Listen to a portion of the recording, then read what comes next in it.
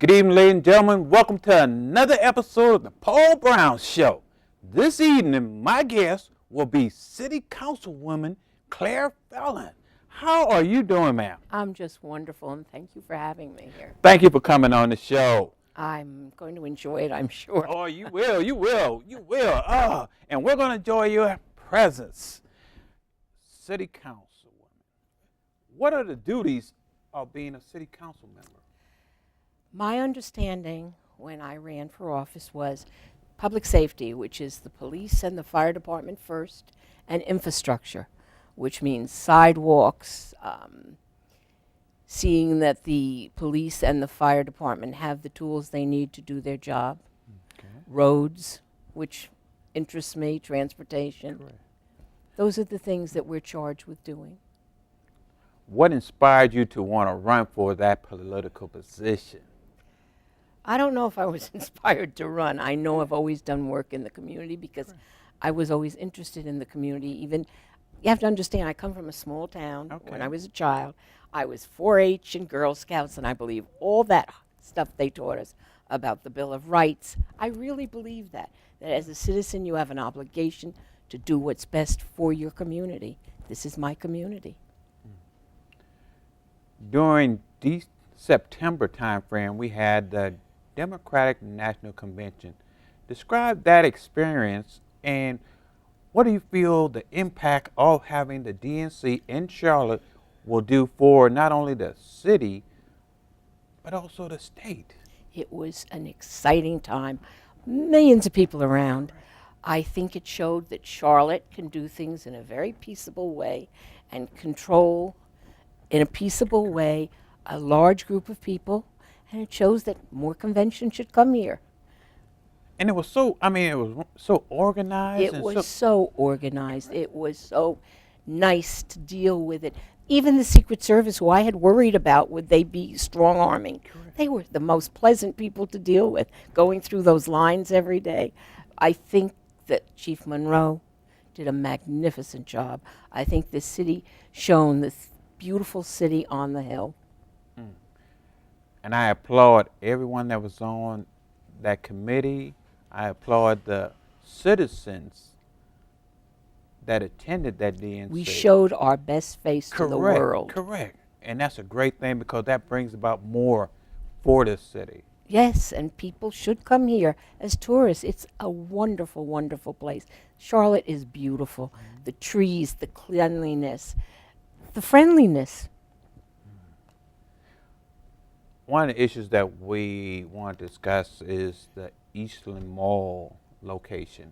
What's the current situation on that? I think right now people are putting in bids for, business people, what they want to do with it.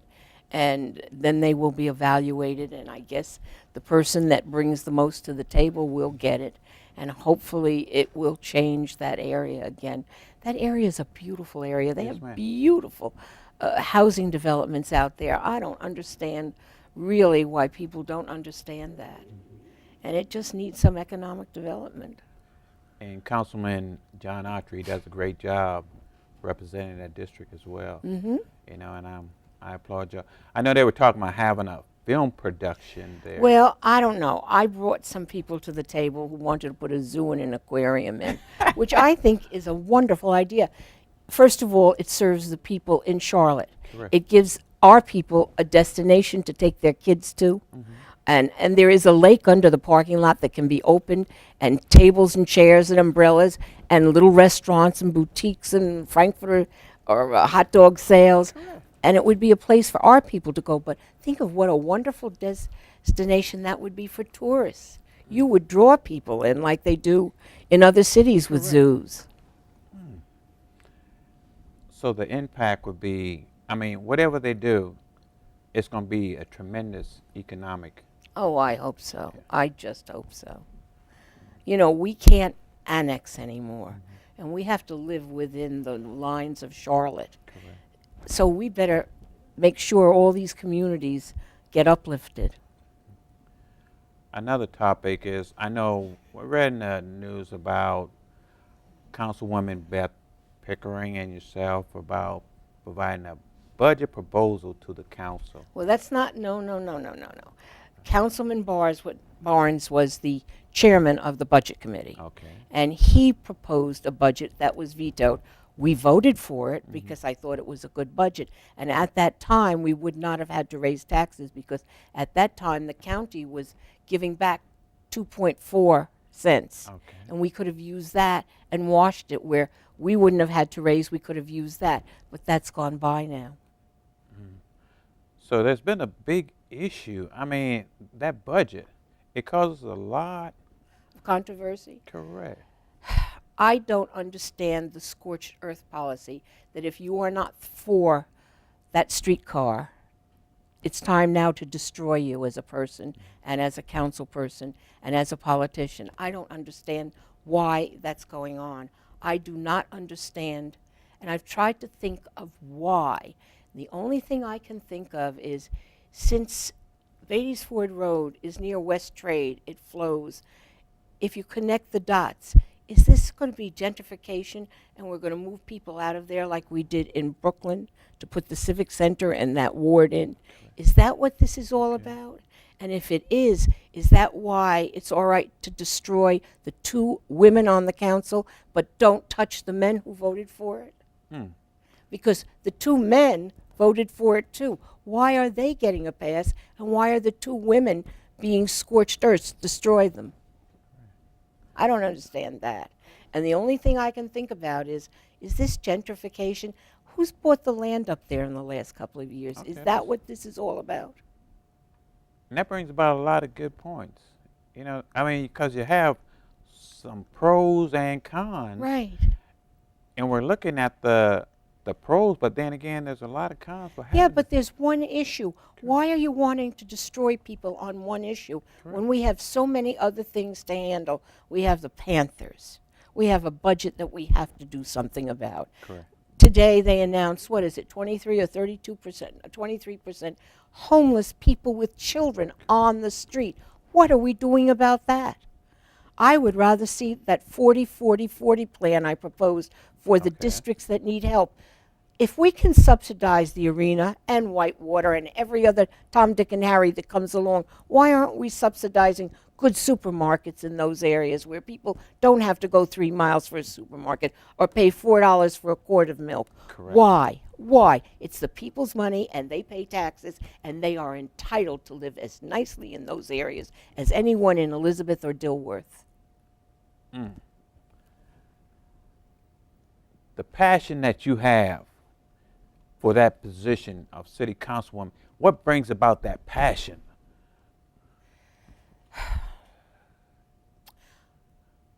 I guess, truthfully, I'm probably at the very end of my life, whatever years I have left. I don't have any skin in the game or an oar in the water. I can only do what's right because I have to answer to whoever's up there. All right? And that answer is going to be I did the best I could for the people of this city. Correct. And every city and this state. And I don't have anything I want from anybody. I just want to live right and do what's right. I know one of the key things that you brought about is the homelessness. That is Do you know, it kills me to know there are children on the street. Why? I know when I moved here, what bothered me, I saw those orange crates they use at the schools to contain children. And what kind of a society was this? I said to myself, I've never seen this before. And let me tell you, where I came from, the schools were crowded. Correct. But I never saw this. What do you think those kids think of us, that they can be containerized like that and not have a regular classroom and a regular school that they feel attached to? And how about unemployment? I mean, because we have so many people. That's the one thing that bothers me most on the council. When they bring economic development to us and they bring people who say, well, we'll come if you give us something. Correct. And it's very hard, and I sit there and I evaluate it. Is it worth it to subsidize them? What kind of jobs are they bringing? How many jobs are they bringing? That's important to me. And it's a catch-22, because if you don't, then they don't bring the jobs. Correct. If you do, then the public says, why are you doing it? You know what you're doing it for? So other people have a decent life. the businesses that are coming that we're providing these incentives for, are they, as far as the wages, are they being competitive? That's the one thing we do. You don't get a penny till you show us how many jobs you bring and you have those jobs filled. Okay. All right. There are standards you have to make along the line before anything's released to you. Some will fail, and some will go and become even broader and hire more people and grow, and that's what you hope.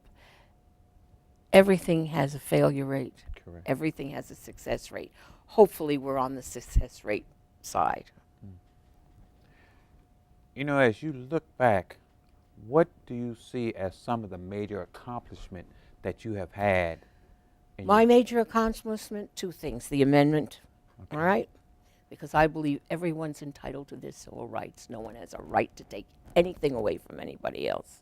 I was taught by my father, no one has a right to have their foot on your neck. All right? Great. And I live with that, all right? The other thing was the check off for the working people. They were entitled to that. What is the big deal about giving a guy a right to have a check off of his salary? It's his salary. You're not asking him for it. Nobody's asking him to get something from someone else. It's his. Okay, you said check off. Probably Of the dues, so that just like the United Way or Arts and Science Council, the city takes money out of people's pay if they elect to do it, okay. to give it to them. Now we voted to allow the unions to have the same right. I can't understand why one would have a right and not the other, and why it's taken so long to get there. So what do we do? I mean, with the different businesses that we have in our community that's been here for years, how do we help them out so that they can continue to improve? Business taxes. I think Raleigh is talking about doing something about that. Licensing fees, being more fair with them if they're not fair, helping businesses. And you can come to the council and ask for help. Okay. There is the Small Business Authority or the committee or the whatever it is for the city that you can go to for help. People have. I think you have to show them that you're viable. Correct. As you look back through all your days being on that council, if it was to end today, what would you feel most accomplishable about yourself? I mean, because you have a lot of people that put their trust in your decision. We voted for you. Let me tell you something that makes me the happiest. A couple of months ago, a man wrote me, and he was beside himself. He was a man who had always paid his water bill, and he overpaid it. And he was having trouble. He had a kid in college, and he had lost his job. And he paid half the bill and wrote them a note saying by the end of the month, he would have the other part of the bill. They shut off his water. He wrote me, I got so mad. Here's somebody that showed you good faith. This is not a deadbeat looking to take advantage or get away with something. Here's a decent human being struggling to do it. He's showing you good faith. He's giving you half the money. Correct. I picked up the phone and I called. And my father taught me something. You don't start at the bottom, you go to the top. I went to the top and I said, within an hour, I want an answer. Why? Why, when this man wrote you, you see his record, you see he paid half, he told you by the end of the month that you would have the rest of the money, you cut off his water? Where is the common sense? Where is your responsibility to the public? Within an hour, they had gone and turned back his water on, and he wrote me a very nice letter. That, to me, is what I was supposed to do. That's what I am supposed to do. That's what I intend to do. I'm here for the people. There's no other reason for me to be here. I applaud you for that. I mean, the things that you have done, this is your first term. The things that you have done on that council, it shows not only Claire Fallon, but it shows the goodness that you have and Paul, I'm a people person. Correct. I generally like people. If I don't like them, there's usually a reason. Mm-hmm. I'm an introverted extrovert. I reach out to people.